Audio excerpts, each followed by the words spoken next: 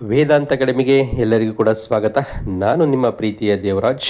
ಈ ವಿಡಿಯೋ ನೆನಪಿನ ಶಕ್ತಿಯನ್ನು ಯಾವ ರೀತಿ ಹೆಚ್ಚಿಸಿಕೊಳ್ಳುವಂತಹ ಒಂದು ವಿಡಿಯೋ ಆಗಿರೋದ್ರಿಂದ ಎಲ್ಲ ವೀಕ್ಷಕರು ಈ ಒಂದು ವಿಡಿಯೋನ ಕೊನೆಯವರೆಗೆ ನೋಡಿ ಅಂತ ಹೇಳುತ್ತಾ, ಯಾವ ರೀತಿಯೊಳಗಡೆ ನೆನಪು ಶಕ್ತಿಯನ್ನು ವೃದ್ಧಿಸುವುದು ಅನ್ನೋ ಮೊದಲನೇ ಪಾಯಿಂಟ್. ಓದಿದ ತಕ್ಷಣ ಪುನರಾವರ್ತನೆ ಮಾಡಿದರೆ ನೆನಪು ಬಹಳ ದಿನದವರೆಗೂ ಕೂಡ ಉಳಿಯುತ್ತದೆ.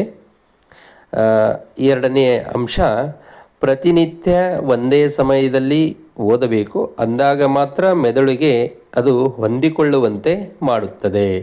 ಇನ್ನು ಮೂರನೇ ಅಂಶ, ಓದಿದ ನಂತರ ವಿಷಯವನ್ನು ಬರೆದುಕೊಳ್ಳುವ ಅಭ್ಯಾಸವನ್ನು ಮಾಡಿಕೊಳ್ಳಬೇಕಾಗ್ತದೆ.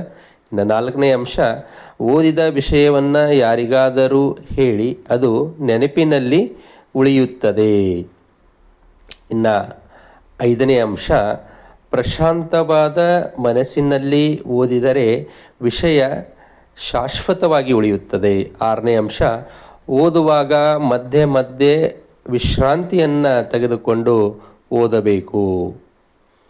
ಇನ್ನು ಏಳನೆಯ ಒಂದು ಅಂಶ, ಚಿತ್ರವನ್ನು ಮತ್ತು ಮ್ಯಾಪ್ಗಳನ್ನು ಬಳಸಿಕೊಂಡು ಕಲಿಯುವುದರಿಂದ ನೆನಪು ಬಲವಾಗಿ ಉಳಿಯುತ್ತದೆ.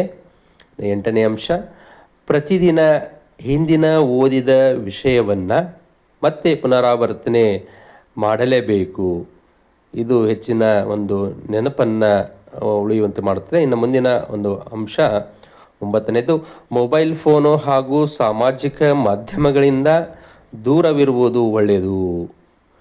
ಇನ್ನು ಹತ್ತನೇ ಅಂಶ, ಓದಿನಲ್ಲಿ ನಂಬಿಕೆ ಹಾಗೂ ಆಸಕ್ತಿ ಇದ್ದರೆ ನೆನಪು ಬಲವಾಗಿ ಉಳಿಯುತ್ತದೆ.